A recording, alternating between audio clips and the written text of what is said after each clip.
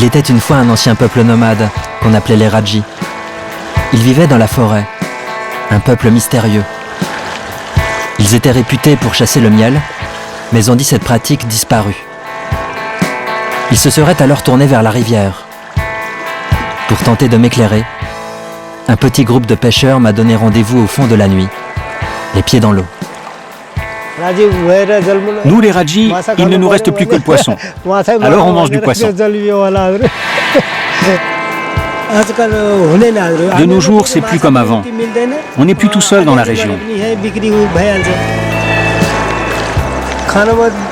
D'autres ethnies sont apparues et maintenant la rivière se vide. Du coup, le poisson n'existe plus en abondance. Et il nous faut trouver le moyen de nous remplir l'estomac autrement. Alors, pour compenser, nous mettons davantage d'eau dans la soupe.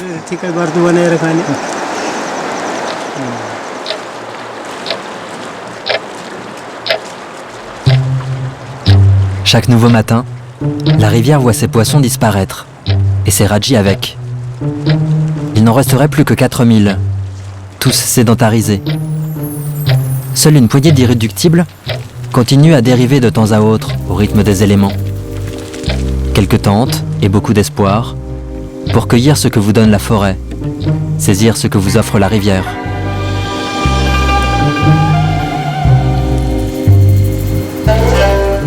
Un petit groupe d'une vingtaine de membres, prêts à résister et à m'expliquer leurs différences. Les hommes rentrés de la pêche, le poisson est égorgé.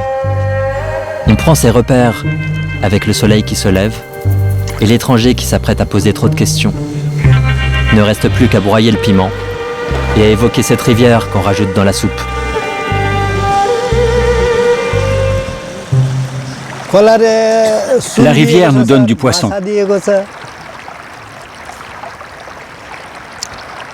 Mais cette rivière nous donne aussi de l'or. Malgré nos difficultés, elle nous aide toujours à nous en sortir. Par exemple, quand on tombe, on devrait mourir noyé. Mais ce genre de mésaventure n'arrive qu'aux autres ethnies. À nous, jusque-là, ça ne nous est jamais arrivé. Même nos enfants sont épargnés. J'étais sur le point de percer l'un des secrets des Rajis quand les esprits de la rivière se sont réveillés.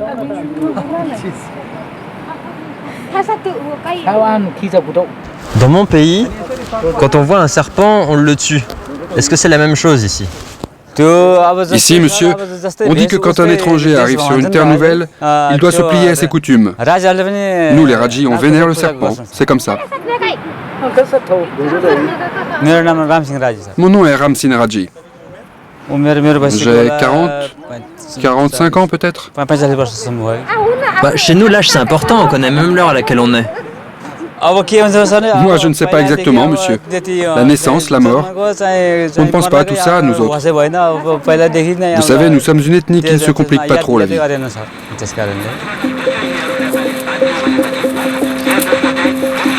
Je sentais qu'avec les Rajis, j'allais devoir apprendre à me taire. On ne montre pas à un nomade le bon sens de la marche. Je m'attendais à pouvoir évoquer le passé et la chasse du miel. On m'invoquait le présent. Ils se disaient pêcheurs, ils étaient en fait chercheurs d'or. Pour un Raji, pas de question à se poser. Quelle que soit la quête, il suffit de constituer une caravane et d'emboîter le pas de la vie, quoi qu'on puisse en tirer.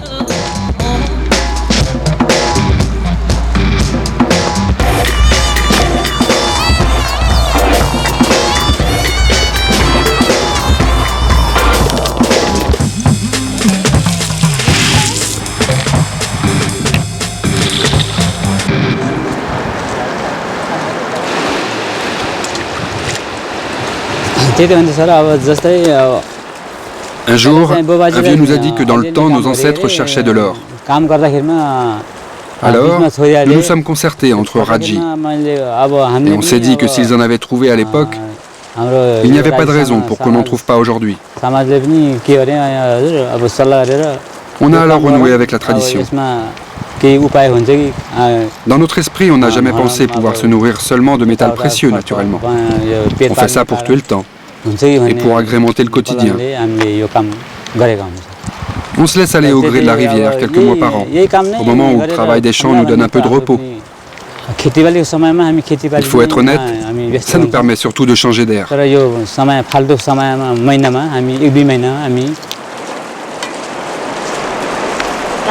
C'est vrai que les travaux des champs, c'est bien. Mais j'aime surtout chercher de l'or. On est près de la rivière, ça nous permet de voir du pays. Et puis au moins, on est entre copines. Et puis ça nous permet aussi de nous remplir un peu l'estomac. Vous savez, avec 1 gramme d'or, on peut acheter jusqu'à 100 kilos de riz.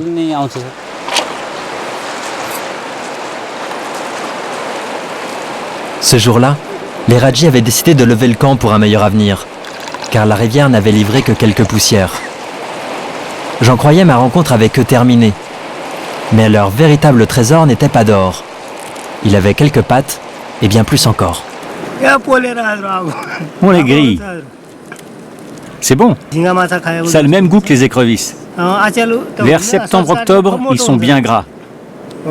Il a des pattes pour marcher. Il peut nager comme un poisson et même voler comme une abeille.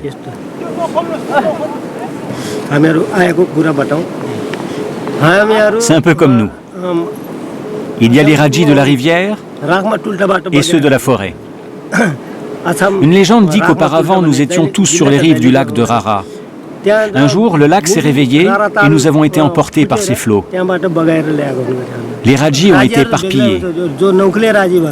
Certains sont devenus pêcheurs et suivent le poisson. D'autres sont devenus chasseurs de miel et suivent les abeilles, qui elles-mêmes suivent les fleurs. Tu trouveras les Rajis chasseurs de miel en aval de la rivière.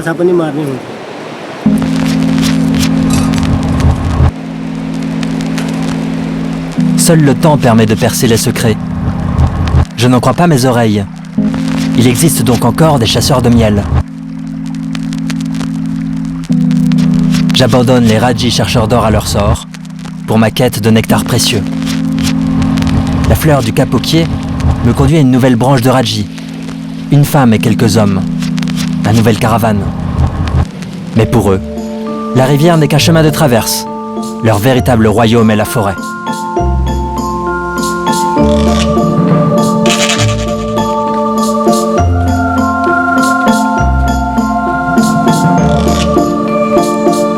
Et c'est Golé, grimpeur de son état, qui ouvre la voie. On sait dans quelle direction aller et vers quel arbre nous diriger, parce que les abeilles ont leurs habitudes. Elles reviennent toujours aux mêmes endroits. Oui, je me sens proche des abeilles. Elles aussi, elles nomadisent, de fleur en fleur et d'arbre en arbre. Nous ne faisons que les suivre dans leur itinérance. Nos destinées sont liées.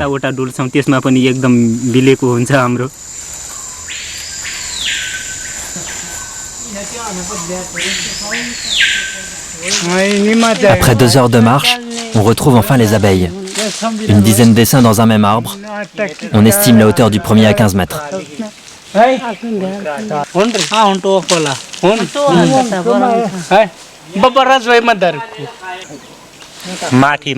Tu vois celui qui est tout en haut?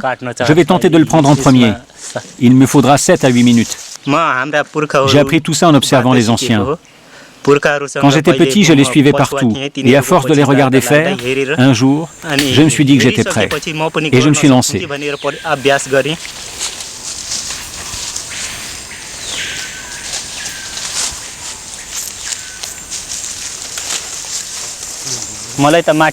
Moi, je suis un chasseur. Faire s'envoler les abeilles et récolter leur miel, j'adore ça. Bien sûr, ça m'ennuie d'aller déranger les abeilles.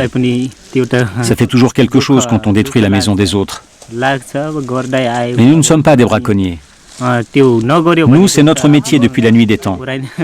Nous ne prenons que la cire qui contient le miel. Nous ne touchons pas aux larves. Nous autres, les Rajis, cette attention fait partie de notre identité. Nous sommes le peuple des abeilles.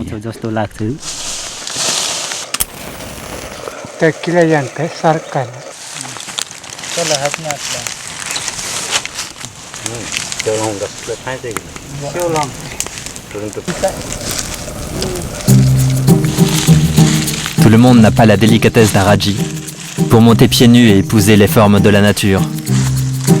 Golé s'élance par l'arbre d'à côté, plus simple à empoigner, tout en tendresse, tout en douceur, tel un magicien des cimes dont le seul charme est d'envoûter les abeilles avec un peu de fumée.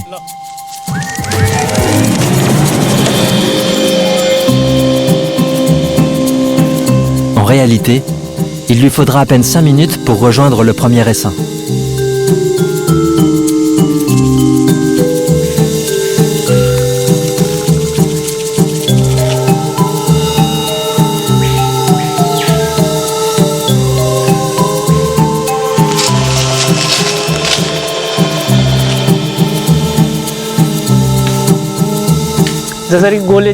Quand Golé doit aller tout en haut de l'arbre, je dois m'assurer de pouvoir lui apporter toute l'assistance dont il a besoin grâce à la corde. Lui envoyer un outil ou un nouvel enfumoir. Nous, les Rajis, sommes en vie grâce à ces petites choses. Maintenant, notre pays a un peu changé. Les Rajis aussi sont en train de changer. Mais nous devons pouvoir continuer à ramasser le miel. Car c'est grâce à lui aussi que nous sommes devenus des hommes.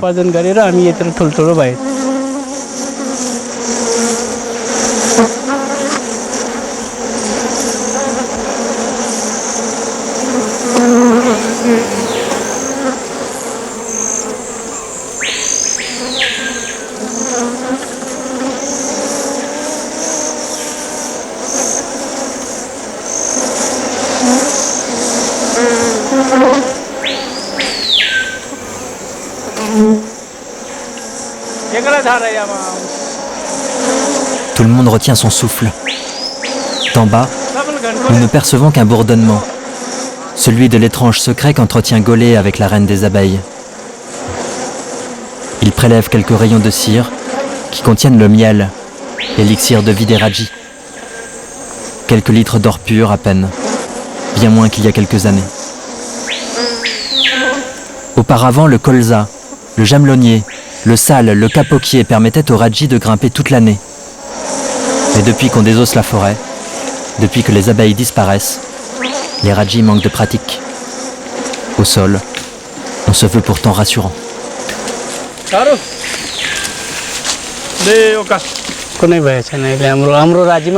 Il n'y a pas d'accident chez les Rajis.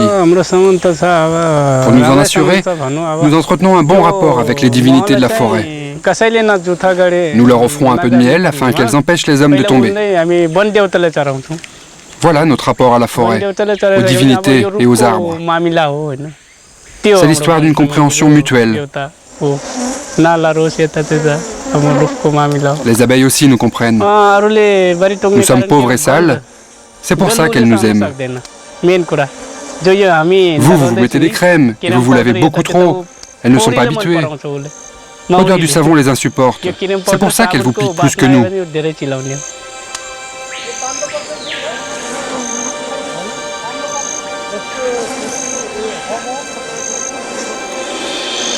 Se charger simplement de l'odeur de la forêt, fuir l'or et devenir pauvre pour se contenter de miel, se débarrasser de l'inutile, un doux rêve. Et Golé voulait encore me guider. Je ne fais pas ça pour l'argent. Je prends des risques parce qu'il vaut mieux tomber d'un arbre que tomber dans l'oubli. Les Rajis survivront dans ma chute. C'est ce que je crois. Peut-être que les autres n'ont conscience de rien, mais en moi, une voix s'est élevée.